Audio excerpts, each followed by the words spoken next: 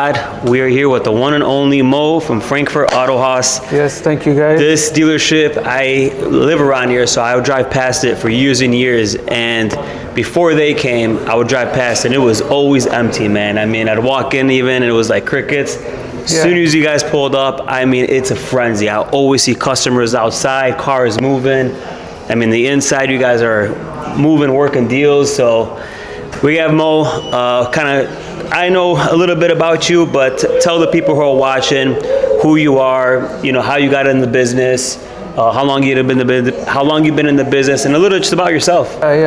We've been in the business for about 10 years, a little bit more than that probably. So it was always a family business.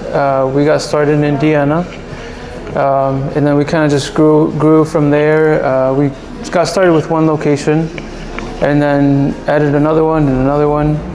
And now we're at our third. It's just, it's been a journey. I mean, it's like anything else that you do, you know, you start small and you kind of work your way up. We've been in the Northwest Indiana region, Chicagoland area. Nice. So that's kind of where I went to high school, where I grew up.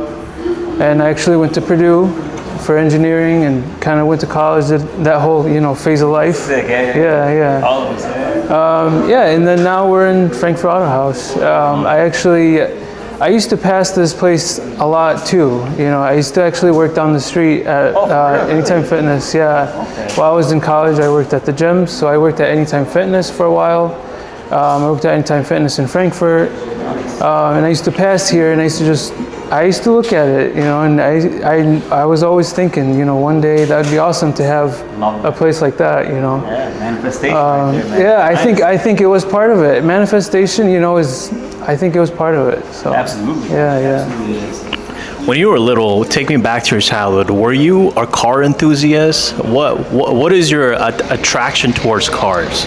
You know, growing up, I personally, I had a lot of experience. I moved a lot as a kid. I went through a lot of work experiences as a young adult and growing up. So I had a chance to try a lot of different things. I always loved cars. I never thought that I would get into sales, like selling cars, but I always liked to look at them, maybe work on them one day. I used to work on my own cars as a teenager and stuff like that, you know. I think a lot of guys like to do that kind of stuff. So I was in that phase for a while, and then just one thing led to another. You know, you get into the business, especially if I had family in the business, so it kind of drew me in, and then it kind of went from there for me, you know, with my experiences personally. So, yeah. What would be like one advice that you would give to like the younger generation who like are into like cars and like, because as for me, like alhamdulillah, you know, I started my business 6 months ago, like doing car. I started off as a photographer, right, and then now I'm doing car shows with Dean and as well as like we're co-hosting car shows now. And alhamdulillah, like our name's out there now. So like, what would you give people who are going into like the business idea? Like, what advice would you give them basically?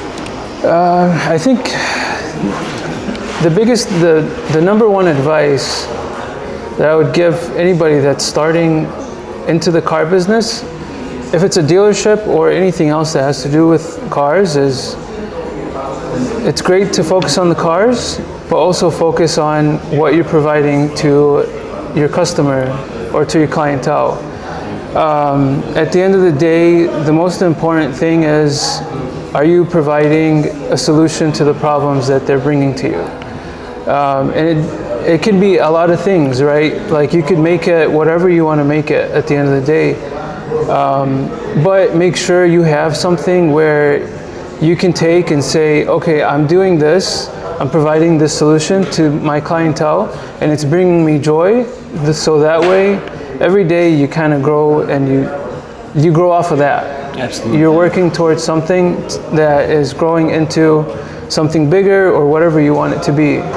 And I believe that that's kind of what keeps people happy in their occupation and their jobs, is that feeling. So yeah, so you're just trying to provide real value to the problem or the situation in their life, and just fill in that gap. Exactly. Love it. Because even in like as a dealer in the car business, you're going through a lot of different cars, right? Especially if you're trying to do volume, you'll get all kinds of different cars, all makes, all models, all different conditions. It's never going to be a black and white situation, but what you can always try to strive and achieve is providing each person's experience to be the best experience that it could possibly be. Love that, man. Yeah. Love that. I think that's how you win a customer for life.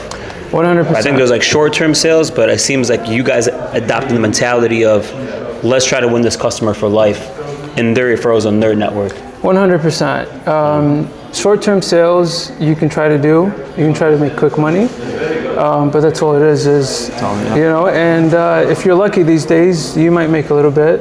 9 out of 10 times, the way I see it is, it's actually very hard, non-existent if you're trying to do that. Like I say, easy come, easy go, right? Yeah, for sure. Yeah. So a bit of a pivot, but still within the dealer industry, and I think this is more of the recent years, because when I was in the car dealer game, it's probably been 7 years now. Social media was not a thing. Mm-hmm. I mean, dealers would post on Instagram, maybe they would do it, but it wasn't like how it was today. Now, I see you guys are heavy on social media. I mean, I see the story posts, the daily posts. What do you say to dealerships that are not on social media, and how has social media helped your guys' business as a dealer? Yeah, I would say get on it now, not tomorrow. Social media is a really good way to get your name out. It's a really good way to get your business out. At the same time, make sure you have something to get out to the public that is going to grab people's attention and get your message out to them. Basically, you're just providing a message. You know, you have to have a message. And if you have a message, there's different avenues, but these days, there's no newspapers. Like, people are not sitting reading the newspaper, you know? So what do? You have to get on social media. Everybody's on social media. Yeah, everyone's on their phones, right? Yeah. I agree.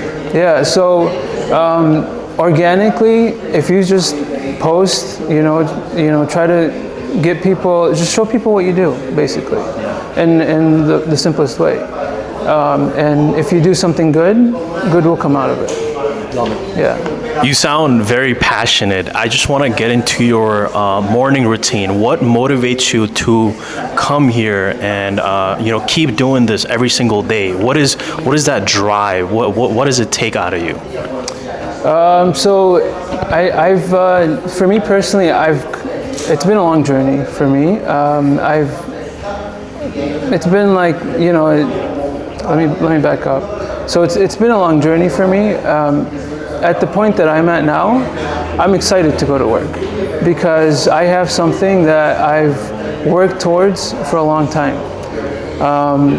That's kind of what drives me. And then also you always have your own personal pushes, right? Yeah. I have 2 daughters. I have a home. I'm thinking, I want to go on vacation one day. Yeah. Let me work hard today so I can go on vacation tomorrow. Yes. So that's kind of one of the things that kind of pushes me. So. Love it. The future vacations. Yeah, exactly. You both, man. So based off of that, going off of that, what's one of your motivations? Because I know some people are lazy as they get older, they don't want to work, they want to stop working and they're tired. But what keeps you going? I know one thing is family, but except for family, what's another thing that helps you keep going? So my idea is you have your days, right? Every day you wake up, you're gonna, it's a blessing to always wake up in the morning. You have your health, you have your mind, you have your spirit.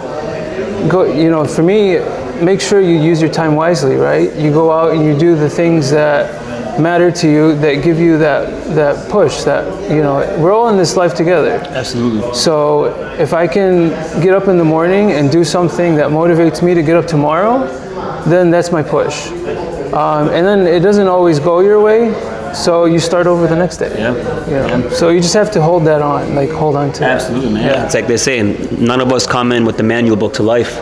Exactly. We're just kind of figuring it out, and I think just finding what pushes you and just keep at it. For sure. Yeah. So this is a little bit pivot back to the business side of things. I know you said I mean, from the outside looking in, definitely seems like you're a high volume dealer. I know you've mentioned, trying to do things at a high volume. And I know right now in this space, acquisition of getting these cars directly is like a big thing. I know it's like talked about. I see on the internet, like the LinkedIn space. What's your guys' number one way how you guys are acquiring new inventory now? So at this point, we're looking more into specific vehicles, specific specs, specific models, and price point. We don't mind buying from whatever platform. We use Manheim heavily, but there's 100 different avenues you can purchase a vehicle as a dealer. You can even purchase off the street, right? You can call people up, Instagram. There's people selling their cars all the time. Or like George Saliba, what he does, so there's 100 different ways. The biggest thing is, are you getting the vehicle at a point where you're going to provide value to the customer? If you can, then it's a great vehicle to have. And then if you can't, then you kind of learn from it and keep going. So Absolutely. So you said Manheim is one of your biggest platforms that you choose to buy on to acquire vehicles. Mm-hmm. Do you guys do any wholesale at all, or are you just mostly strictly retail? We do some light wholesale. We're not into wholesale much. It's kind of a different ball game. So we kind of stick towards retail and that side of things. Yeah, it's like they say, no need to fix what's not broken, right? Yeah. If you're doing something that works, stick at it. Yeah. Nice. This is going to be more of like a rapid round. We're going to break away from the podcast, but I just need 3 of your most favorite cars from top 1, 2, and 3. All right. So my number 1 is the Lexus. And why, obviously. Okay. Number 1 is the Lexus GSF. Yep. Just because it's a Lexus and it's naturally aspirated V8. It's always been my dream car. It's not the fastest, it's not the baddest, but it's very specific and unique. Sure. Number 2, I'm not sure. I think that's. I don't know if I have 3. Oh, you definitely got 2 more. The Supra behind us is very tempting. Yeah. What do you like about the Supra? If you drive it, you'll find out. That's the best way to answer that. Yeah. I mean, if you just throw an intake on it and hear the turbos, the way it drives is amazing. It's so fun to drive. I wanted to ask, were you more into hypercars or were you more into like build cars? Like, what is that? I think I was always more into build cars. I always thought it was so cool when a vehicle is more unique and spec'd out to what somebody put their heart and soul into.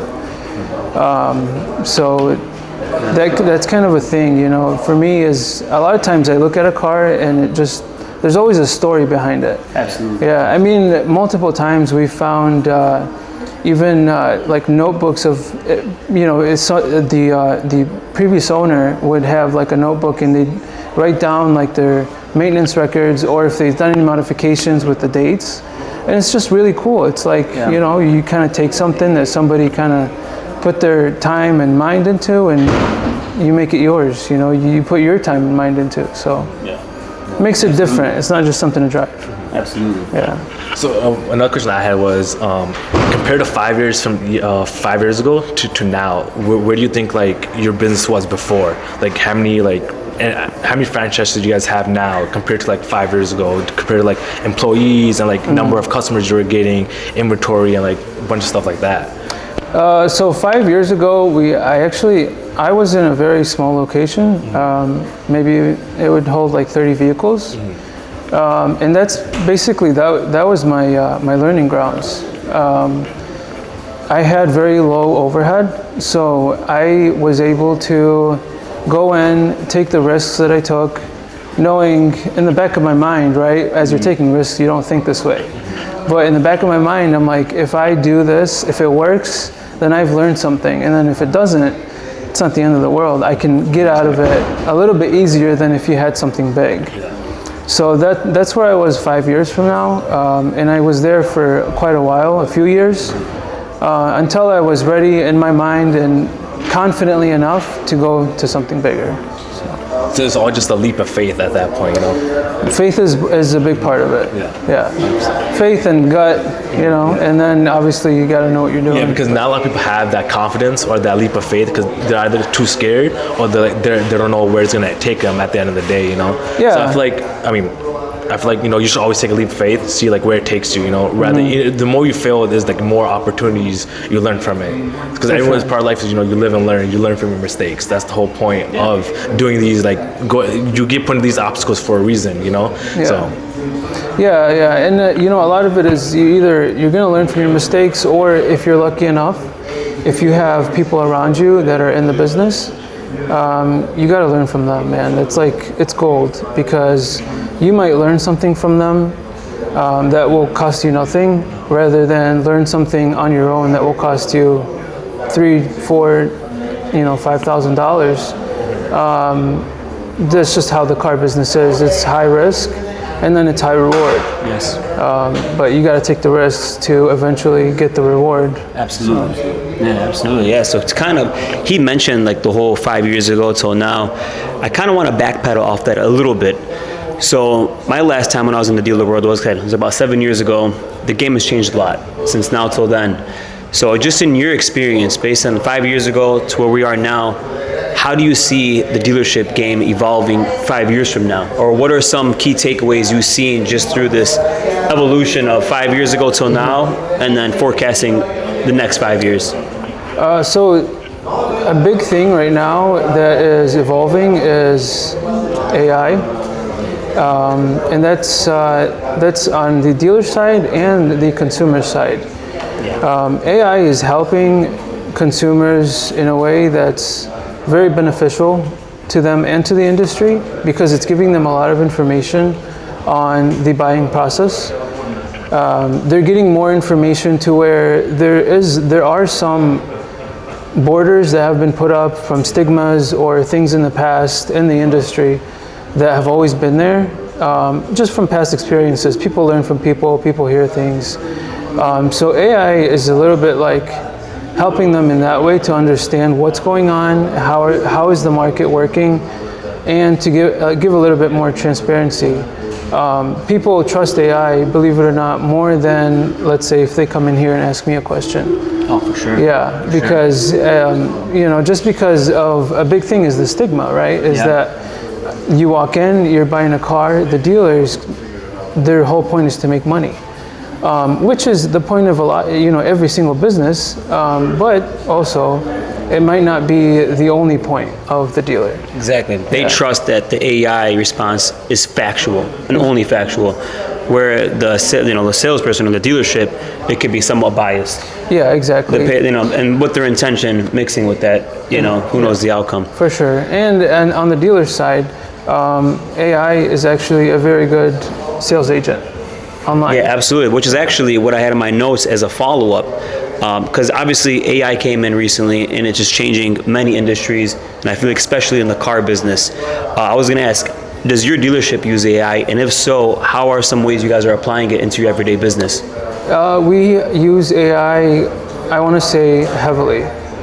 We apply it to everything that we can that is beneficial, that we see that would benefit us.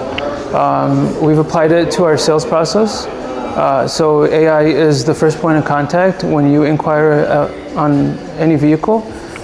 It will contact you back right away and get you into our system.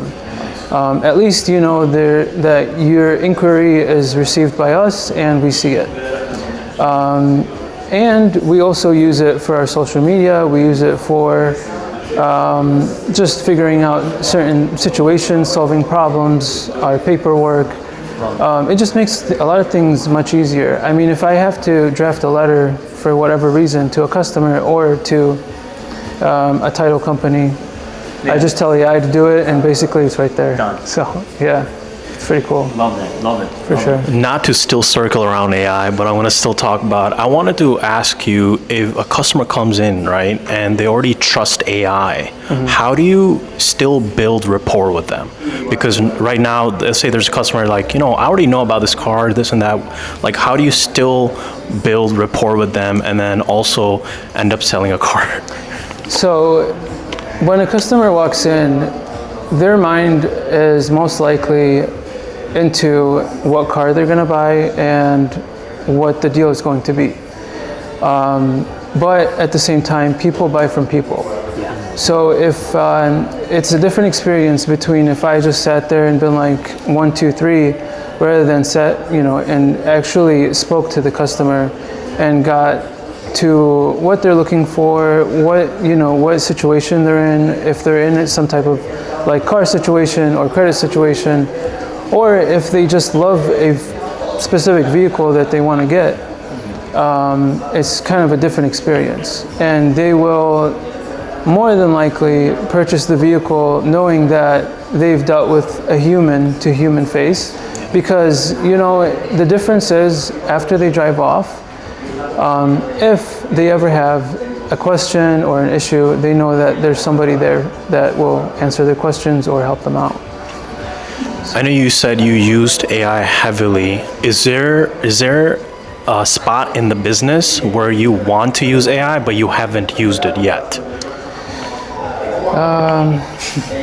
That's a good question. That's good, yeah. That's good. If AI could tell us a little bit more about general car market data, that would be very helpful in the specific way of our market, kind of what is going on around us. The car industry is very volatile. I mean, you could change in an instant. Like this week could be different, the next week could be different than this next month. So, but AI does not predict the future, I don't believe. Yeah. So. Yeah, keyword. Yeah. Seriously, Yeah, I mean, again, back to the AI again, but like, how does that like help you guys? I know like some people use AI as like resources for like finding information, but for you guys, how is it for you guys? Do you guys use it to like help build off, like learn from it and like build off and learn more things from it, or how does that work for you guys? So AI is a really good, it's a tool. You could use it in so many different ways. We learn a lot from it. I mean, I can go into AI and just ask for different tips on kind of, I don't know, how to be more personable with the customer in a certain situation. And I can also, like I said, ask it to draft letters or do certain things that would take me a little bit longer to think about and compile. So. Has there been a time where like when you use AI and it's like it completely shuts down on you and it's like, you gotta do everything manually? Has that been a time before? There are situations where it's just kind of like a wall, it's not giving you what you're asking for.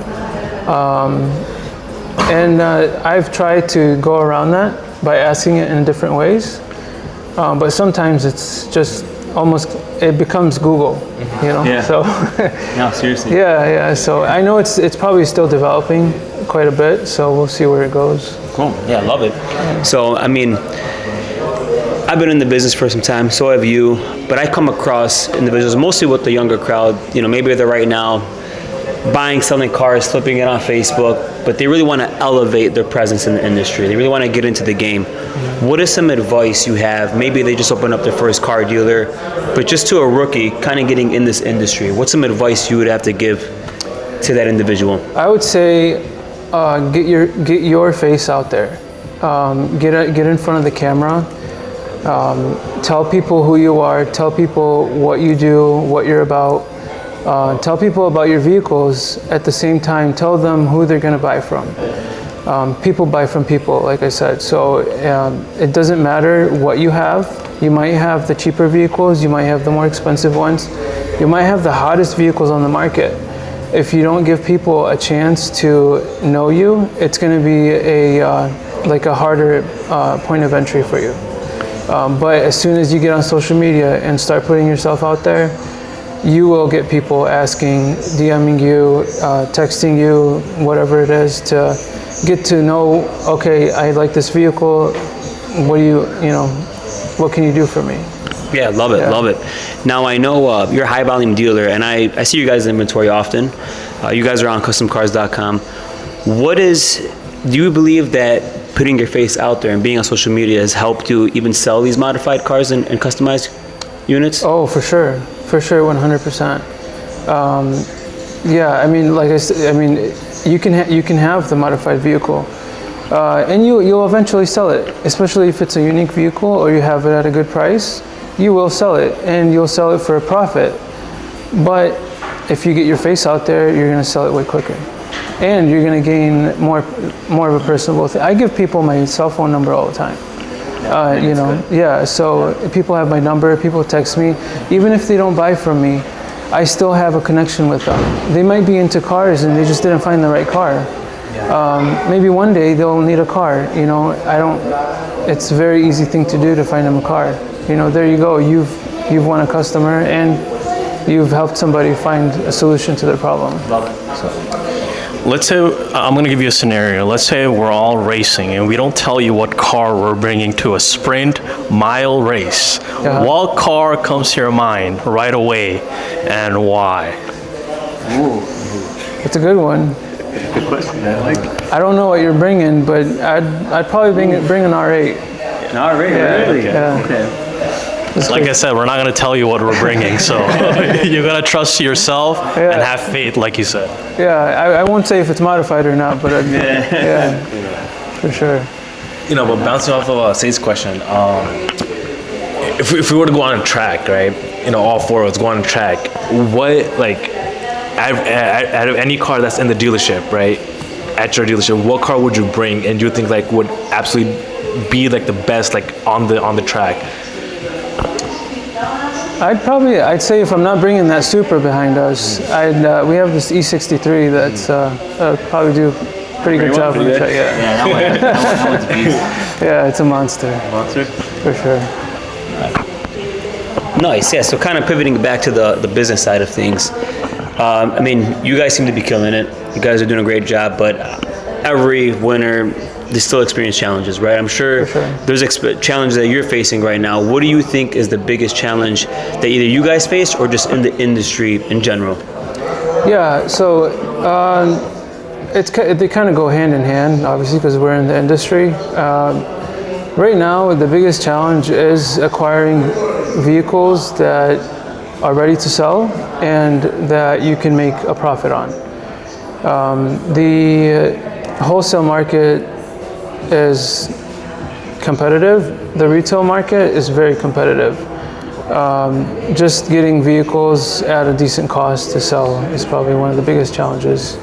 Because as soon as you're competing with big franchise dealerships, you're going head to head with them to get that specific vehicle that you're trying to get for your dealership. So. Nice. And what do you think it is that a customer chooses Frankfort Autohaus instead of the store across the street? Oh, definitely. It's 100% our service. Like I said, our number one thing is being personable with our clientele, with our customers. And as soon as they see that we treat them as a fellow human being or a fellow,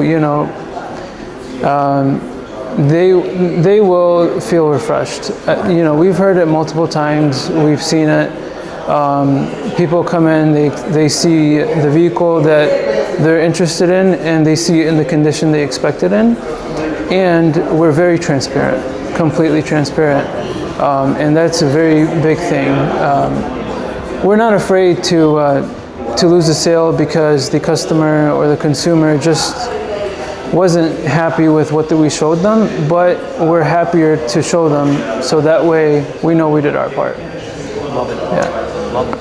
I know customer service is very important in car sales. When a customer comes in, what are your top 3 exploration questions from the customers to kind of dive into what they're going to eventually get, or actually even know more about them? What do you ask about them? Because I know sales is more about the person than the product itself. So your question is, what do we ask the customer? Yeah, what are your top 3 questions that you ask the customers that allow you to explore more about the customer and what they want versus like just giving them a Supra or giving them a specific car, you know? Because I know a lot of the salesperson make that mistake where they just like automatically assume and they just like, hey, you like this one because maybe they have their own bias, right? Yeah. But how do you make sure it's customer focused and it's the questions that you guys are asking? So you brought up assumptions, and that's a very big thing. Is we as human beings are always trying to make sense of what we're seeing in front of us and what's around us.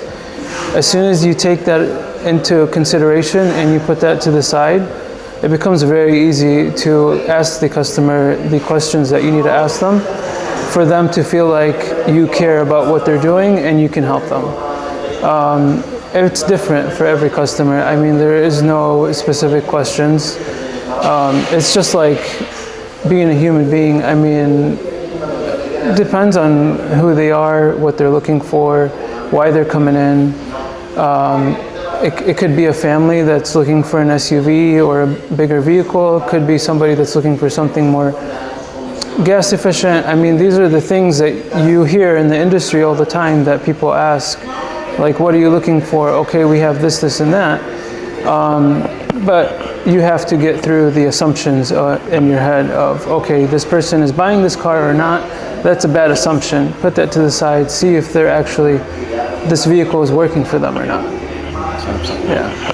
I would say, I mean, when you first started off, like, did you ever expect like, oh, you were ever gonna make your first sale? And when you did, like, how was that feeling when you first made your sale? Like, was it like, oh, you did it, or was it just like, like that type of feeling?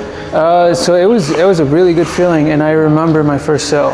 I actually, I believe it was a Chevy Equinox that I sold, my first vehicle. Yeah, and it was to somebody that was new to the area and that needed a vehicle. He came in, I believe, with his brother or dad at the time, and it was just like it was a good feeling. I mean, I provided a solution to the customer, and the customer was happy.